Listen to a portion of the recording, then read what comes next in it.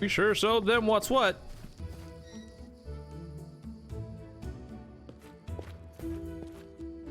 I'm glad it's all over, even if there was a fight. We'll talk tomorrow once I've finished working.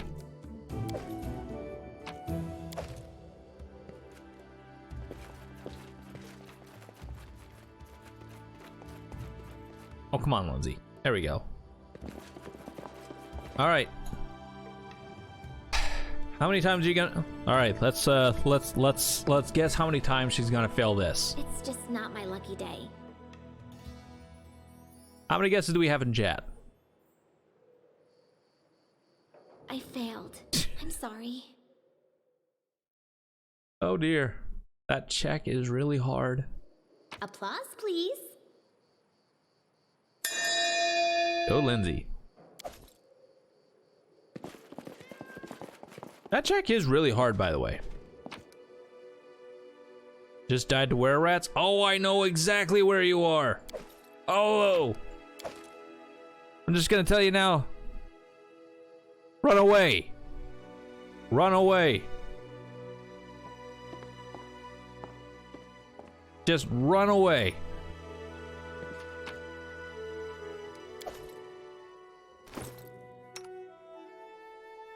All right, +2 morale bonus on perception and lore.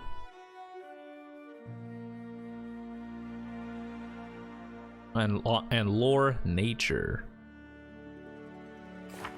Your lore nature? Your lore nature is 6.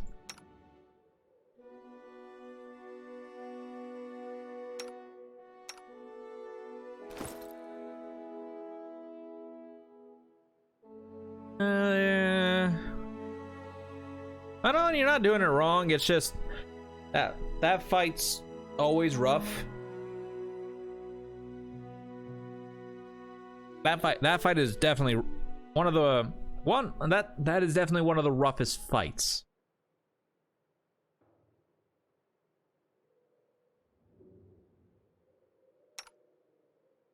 Okay, yeah, I don't need to worry about your saves. I'll give you the save, the blanket.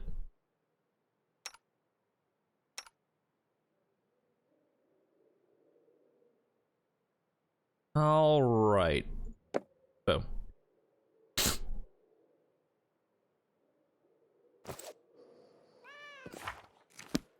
What you want?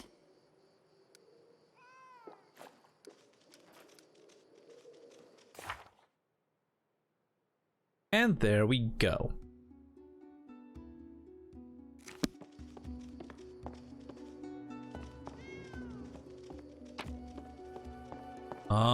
We can probably go ahead and put those in there. Don't care, get it out.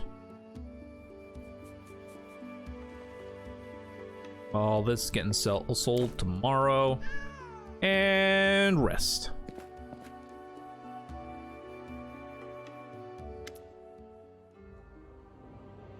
You wake up from an acid dream that tortured you almost all night long. In it, you saw a unnaturally thick fog that surrounded you, slowly moving closer and closer. A quick look out the window, and you find out that the fog was not a figment of your imagination, not a dream. And then, Hear me. Please hear me. Can you hear me? Please. I love this voice actor. Who are you? Who am I? Just a tear shed by the land itself. The bitter sigh of nature. I am a nymph, the guardian of this area. A defeated guardian. Call me the guardian of the bloom, if you wish. Okay. I'm glad my adventure begins with such a beautiful sight. Beauty is so tender. It can so easily be crushed under the blows of cruel fate. But you can save it from being undone. What do you want from me? Aid, salvation. We have a common enemy, and long have I searched for someone who can defeat him. The one you call the Stag Lord. As a storm strikes ruthlessly with gusts and lightning, the Stag Lord wreaks havoc with the swords of his servants. And not just in the world of people. The land also suffers from the evil he brings. My forests and my flowers suffocate in this fog. Soon, even I will vanish, as the last ray of light fades at dusk. Stag Lord is responsible Yes. for the fog? It hides his fortress as well as his dark deeds. But while responsible, he did not create this affliction. It is the work of a powerful druid who has betrayed even himself. I know not why the powers did not leave this renegade, but even I was unable to defeat him. How can I help you?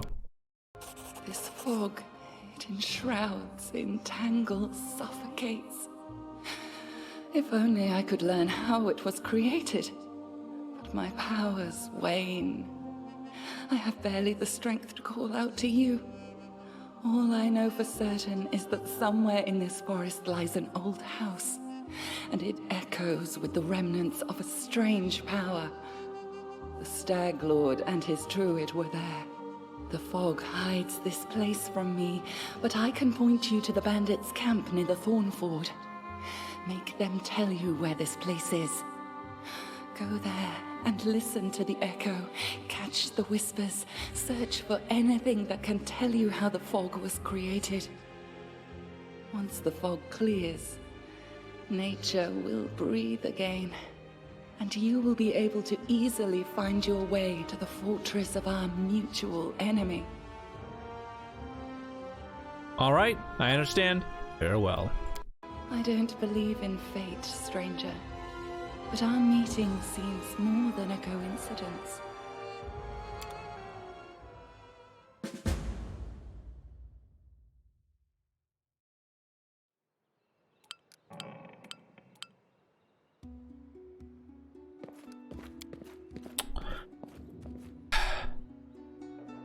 All right.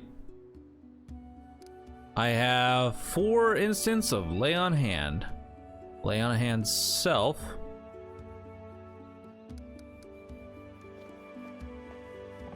I don't understand what. Okay, so I can heal her wounds as a swift action.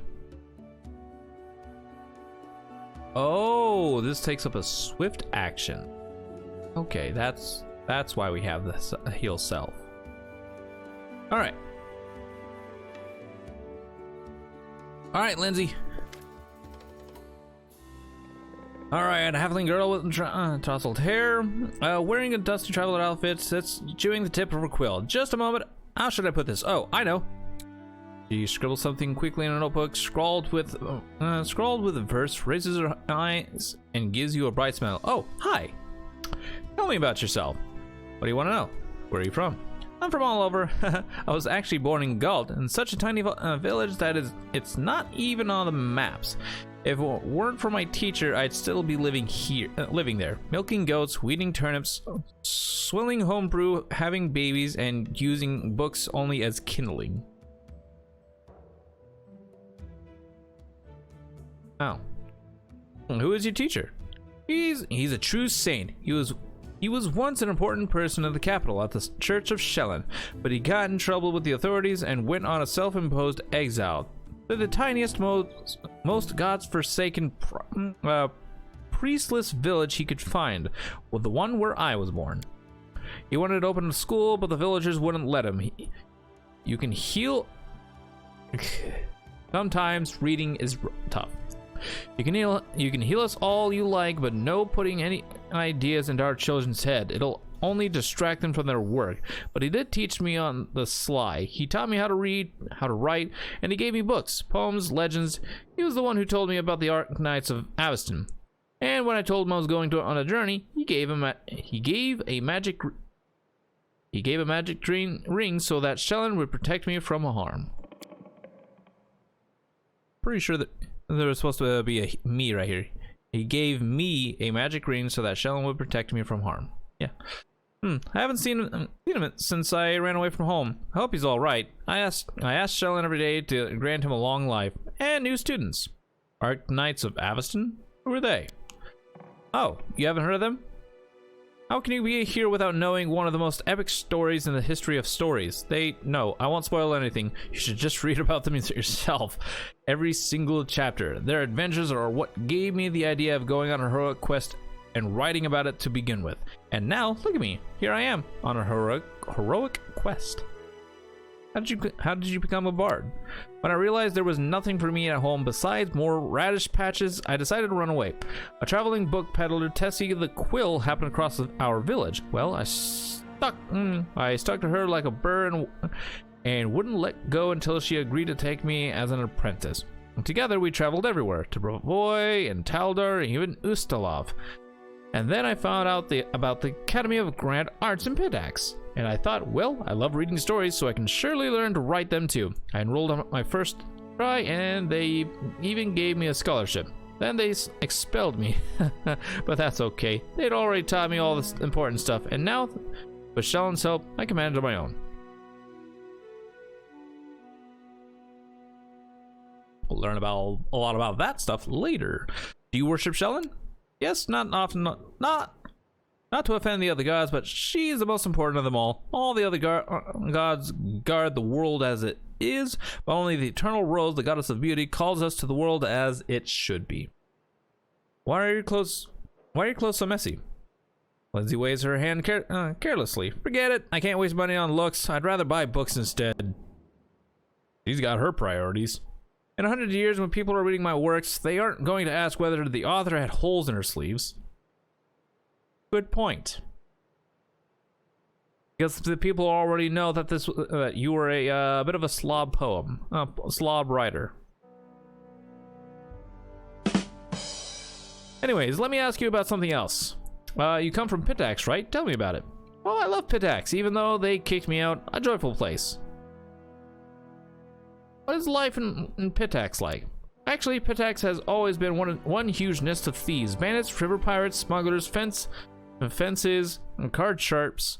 It's always been home for the likes of them. But that was before Irivetti became king. With him, a whole different life began there. You mean a lot more bandit people came in. Irivetti always wanted to make history, but not as any other bandit with a crown. Though that's exactly what he is. He wanted to be glorified through the centuries as a great patron of the arts, so he built the Academy of Grand Arts and spent lots of gold to assemble the best artists, poets, and musicians. Of course, the very best ones refused to go, but he got what he wanted in a way. If Pitax was once just a booze barn for thieves, now it's a cabaret. Or cabaret. Okay. What do you know of the King of Irivetti? He won his crown in a game of cards, which says as much about Pitax as it does about him. He's fiendishly clever. Some cheats I know told me that from the moment he appeared, he started pulling out such schemes that the old city masters just scratched their heads.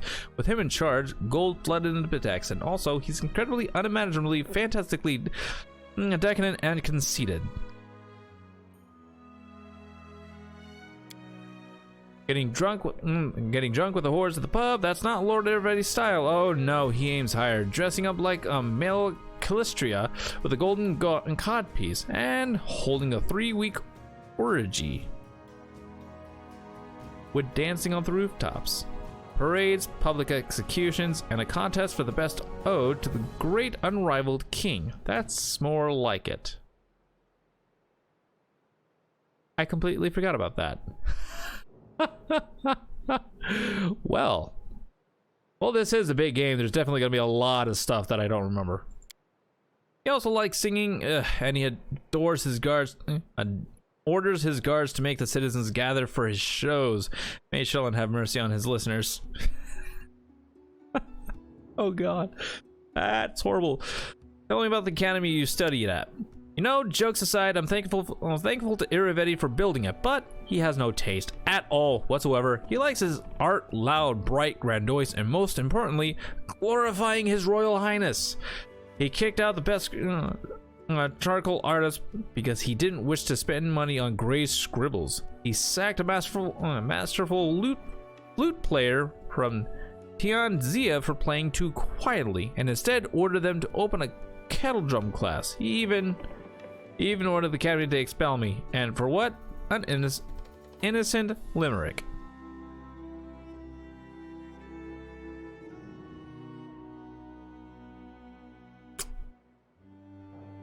Would you like to go back to the academy and finish your studies?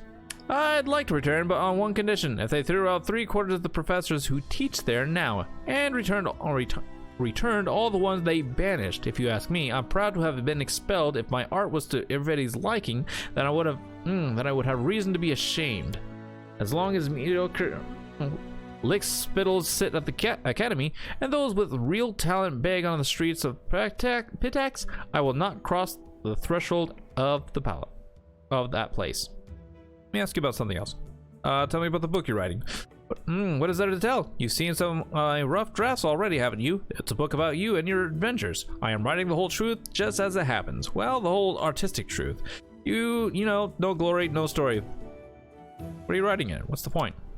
When I was at the academy, Abel, the insightful, began his literature course with questions.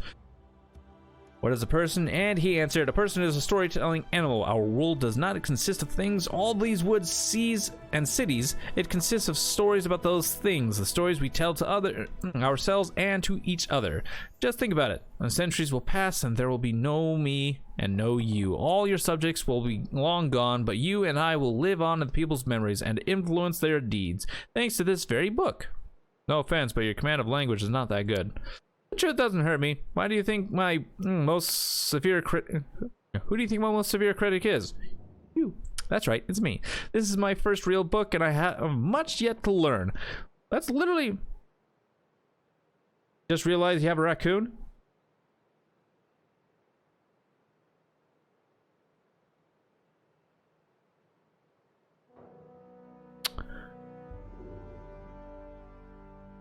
Huh. Interesting.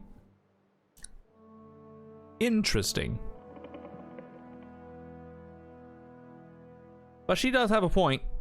She does have a big point. Everybody's worst critic is themselves. This is my first real book, and I have much yet to learn. But don't you worry, I will do your feats justice, and if I put my foot in my mouth here and there, then we can print a second edition, revised and corrected. Your book is full of inconsistencies. Oh, well, yes, I can admit that. Sometimes one has to bend a few details for the sake of dramatic effect. It's called poetic truth. I read about everything as if I saw it with my own eyes, even parts of the adventure that I wasn't around for. But I do always carefully question everyone who was with you at the time. Think of it as a general picture. In the end, you're the hero of this book, and I am just the storyteller. So what kind of character am I? Truth be told, I was a little afraid of meeting a real hero. In books that are all protectors of the weak and poor, but what about in real life? But you eased all my fears with 2 shakes of a tail. You're a true hero, just like in the legends. My new fear is that in 100 years my readers will say that the people like you never existed, but I'm writing the truth. I would like to know where you got that raccoon. Oh, did you get the what edition of the game you were playing? What edition of the game are you playing?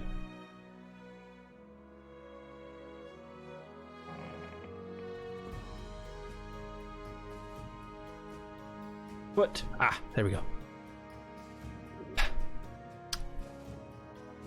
The deluxe? Okay, yeah. You get the red panda fox thingy.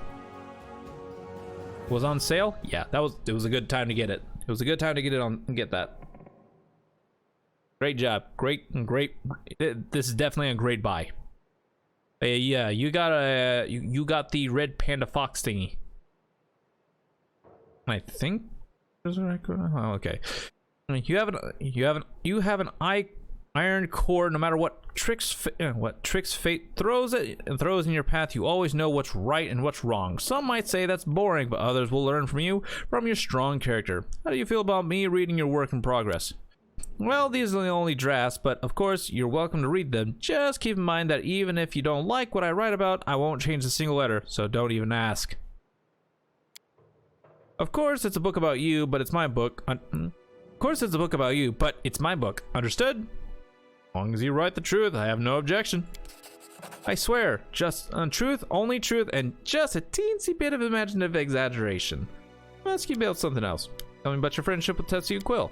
What's there to say? The books woke my urge to travel, but it was only thanks to Tessie that I managed to really get out of my village. At first, Tessie tried in vain to get rid of me, but later, when I told her I was staying in Pitax, she even shed a tear. I wonder where she is now. What's the deal with the ring on your you always wear on your finger? Ah, this. Oh, we were already told about that. Yeah, we were already told about that.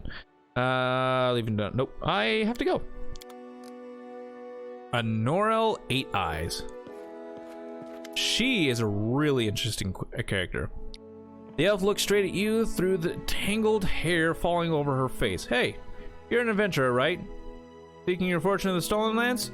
You aren't the only one of your kind here. Take my advice. Keep your eyes open and watch your back. Sometimes the ones who call themselves your friends are more dangerous than your enemies. Who are you? Anoriel 8 Eyes. Once upon a time, I was famous throughout Absalom. Anoriel 8 Eyes of the Reckless Six. Well, glory passes quickly. A few miserable decades later, and no one recognizes you on the street anymore. What a shame.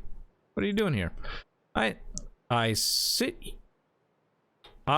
here waiting for adventurers who are in need of help. We may be sitting here in a backwoods tavern, but in Absalom, I have a lot of friends who are eager to make a few coins. They have brave hearts but shallow pockets. Little gold would be a welcome change for them. I can send them a message, and they will come from Absalom through a portal. If you're interested, just give me a sign, and we'll arrange everything right away. Why are you called 8 Eyes? Once long ago, I could spot an enemy and pin him to the wall before he could even think of attacking some said I had 8 eyes and looked all around at once, though it seems I've outlived my nickname. I've been drinking so much lately, it's best I don't test my skills too often. Oh dear.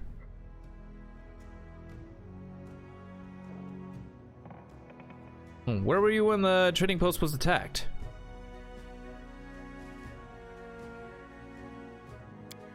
I think I'm missing something.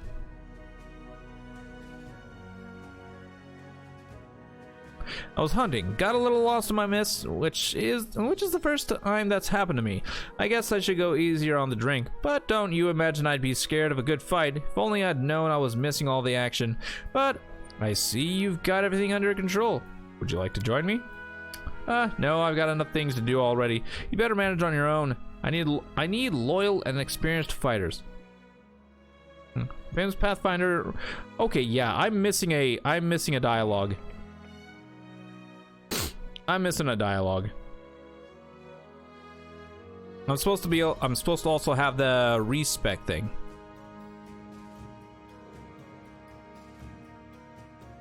A famous Pathfinder here in the middle of nowhere? Why? You want to know how one could exchange the life of a Pathfinder for this drunken rat hole? You lose all your friends because of one scumbag, and then you'll understand. I was the only one to return for the final campaign. You were thinking of using that? Yeah. Yeah. Just remember you get three freebies, and then it's gonna cost you.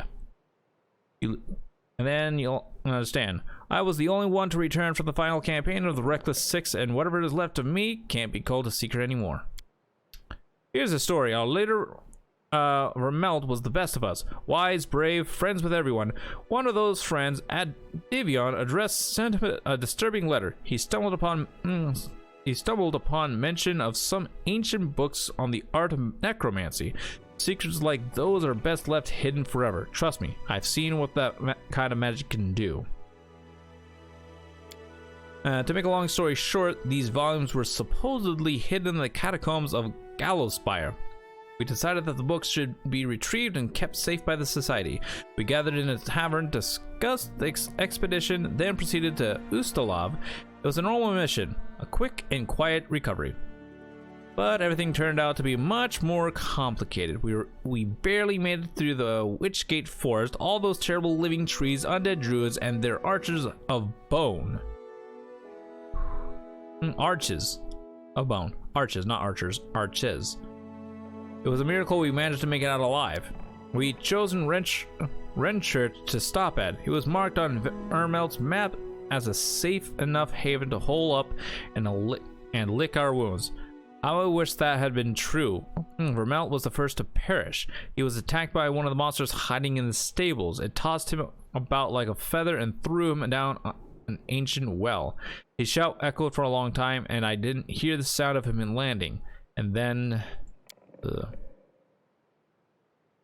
Enough, I shouldn't have gotten into this. Who am I to stir up others' feelings with all my chatter? We better forget about it for now. Maybe I'll tell you more about other time, but not today. I want to know more about the path. What exactly are you interested? What is the purpose of the society? It's a school of adventurers. We search for those who are eager to test their skills, and we educate them and give them ideas about where on Galarian they might seek their fortune. They look for forgotten knowledge, secrets, and lost articles. They are explorers and pathfinders. We're a sort of mutual assistance club for adventure lovers. We exchange experience, share knowledge, and keep careful records in case it proves useful to future expeditions. And also, we publish books for the thrill seekers and on board urban teenagers from wealthy families. What kind of members does the society have? You drink.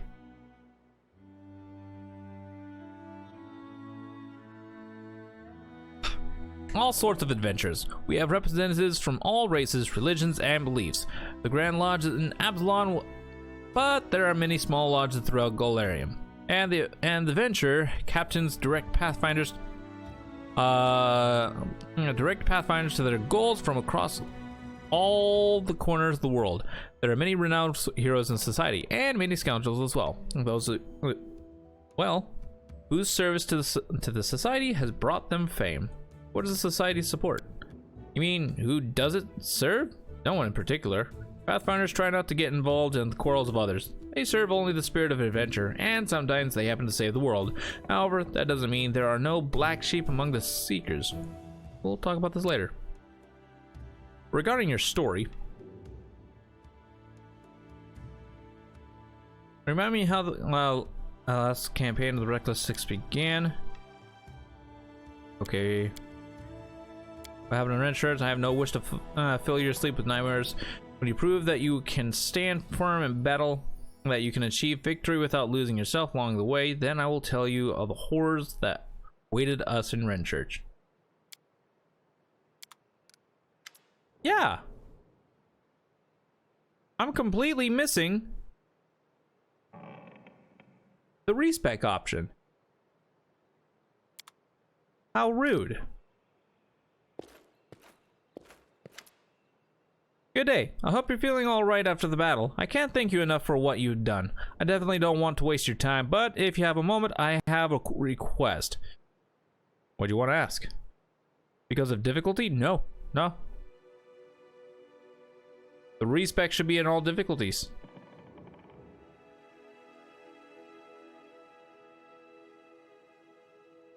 I'm not entirely sure what's going on, but...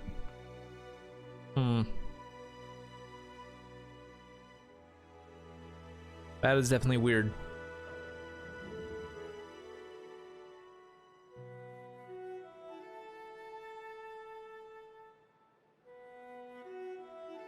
Okay. I definitely don't want to definitely don't want to waste your time, but if you have a moment, I have a request. What do you want to ask? This is a very personal request and maybe not important enough for your time. I'll completely understand if you say no, but the first time the Stag Lord's thugs came here demanding money, they also took my wedding ring. Just tore it off my hand. It's just a trinket, really, but it meant so much to me. I remember every moment of the day Oleg came to me. Every moment of the day Oleg came to me, that ring in hand, to ask if I'd marry him. I was standing in a fancy dress on the stairs of my father's home, fearing that I'd misheard something or that I'd say something stupid and everyone around would laugh. If you happen to find my ring among the bandits' possessions, please bring it back to me. It's easy to recognize. My name is engraved inside the band. There is one more thing. Among the bandits, there's a dark-haired woman who wields dual axes. She's not bad in a fight. In fact, she can be extremely dangerous and cruel, but please, I beg you, show her mercy if you have the chance. Be happy to. So great. So grateful for your help. Tell me about yourself. How did you and your husband find the courage to establish a trading post in the Stolen Lands? It was Oleg's idea, though I supported him in it. We didn't realize how dangerous it was here. Of course, in Restov, everyone respects the sword lords, and everyone's accustomed to relying on them. Even the mention of someone like Lady Jamandi could be enough to fend off a street thug or some other trouble. It could maybe even work in some places here, but not with the Stag Lord's men. Can you tell me about the Stag Lord? He's not just some average bandit. If no one puts a stop to him, he'll turn the Stolen Lands into his personal kingdom, a kingdom of fear and oppression. It would be a kingdom of lawlessness. Once I've dealt with the Stag Lord, your life will improve. I can't thank you enough for the hope.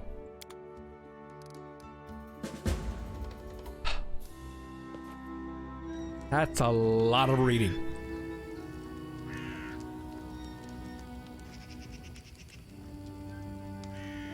Whew.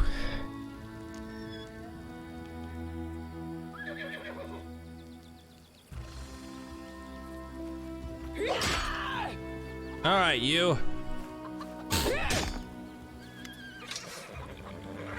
We're gonna talk? All right, spill it. I'm listening. We're just talking, no? You don't like it? Miri shrugs several times, perhaps flexing her muscles or maybe just filling in the silence. Don't know. She admits the last depends on what you're going to talk about. If it's about monsters or swords or scars, I approve. That's good. And if you're gonna ask questions like why and what for and how, screw this. Miri looks over slowly head to toe. Or you got even harder ones? Tell me about yourself.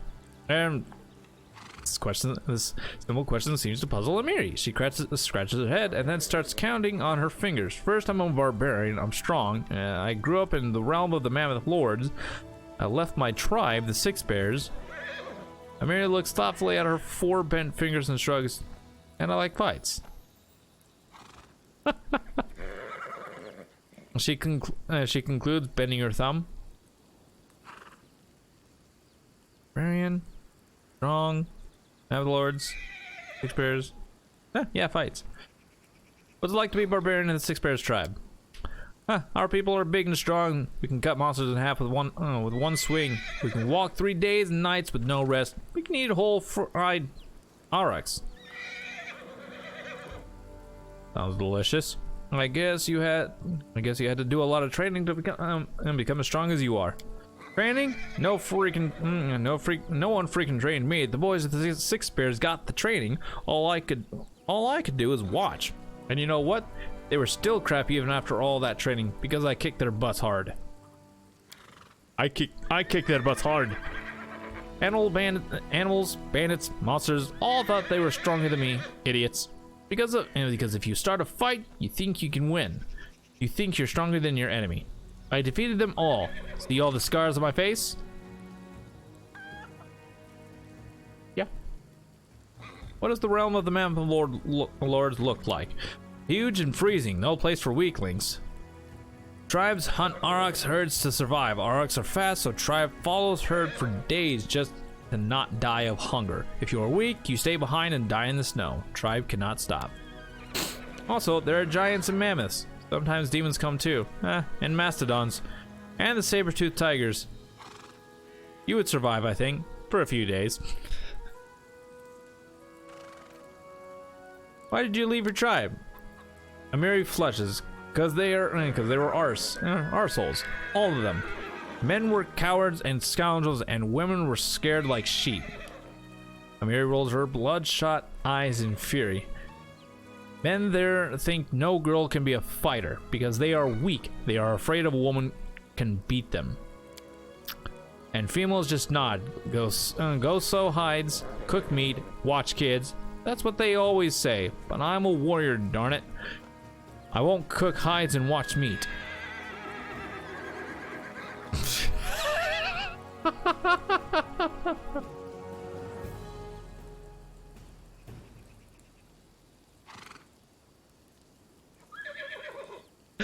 complete. I don't.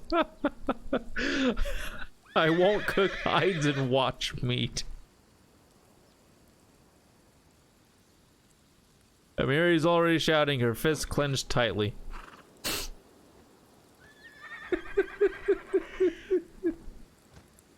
Oh boy. Oh, Amiri. That's a barbarian for you. I told him so. I went hunting with them, and what did I get? Still the same. You're a woman. You stay home. Even gave me a nickname, the Soft Chieftain. Like a warrior woman was a funny joke. Damn. I even went to hunt those shite-faced frost giants, and they're. Amiri suddenly stops breathing heavily, but beating on her forehead. So I left. Cowards, scoundrels, and sissies they were. That's why. Quite a good fighter. Quite good, huh? Compared to who? If I was a crappy male, I'd fight better. Is that what you'd say? Or you say it could be better, like go get some training, Amiri, right? You are a very good good in a fight. You're an excellent warrior. I've just given you a compliment. That's all. For several more seconds, Amiri continues to glare at your face with suspicion. Then, all of a sudden, she mellows. True, I fight good. That's what I do best. You're rather rude, you know. You bet. Amiri grins, then suddenly frowns. I'm a fighter, big and strong. Everyone's afraid of me. I can't play the softie. Who would ever fear me then? The contemplation expression disappears from Amiri's face, replaced by a dreamy grin. I enjoy being feared. When I pass by and all the sissies almost faint, knees trembling, teeth chatting, and shite dripping down their pants. Amiri falls silent, fascinated with the picture of him in her, with the picture her imagination has created. Thanks for telling me. Let's talk about something else. Why not? So why did you leave your tribe? And what's the story about the frost giants? I already told you they were oracles. They treat women like crap. Like sheep, not fighters. As for giants, I'll tell you later. Someday, maybe. That's a formidable sword, but it's not just a simple weapon, is it? Yep, you bet it's not simple. Check out how big it is. Giggity. He proudly raises the blade, and you notice that even though Amiri is extremely strong, she still has difficulty wielding such a large sword. The sword belonged to a real blast frost giant. I killed the beast and took this looker for myself. Fits me perfect. My damn trophy. Thanks for talking with me. Let's speak again later. One more, chat. One more.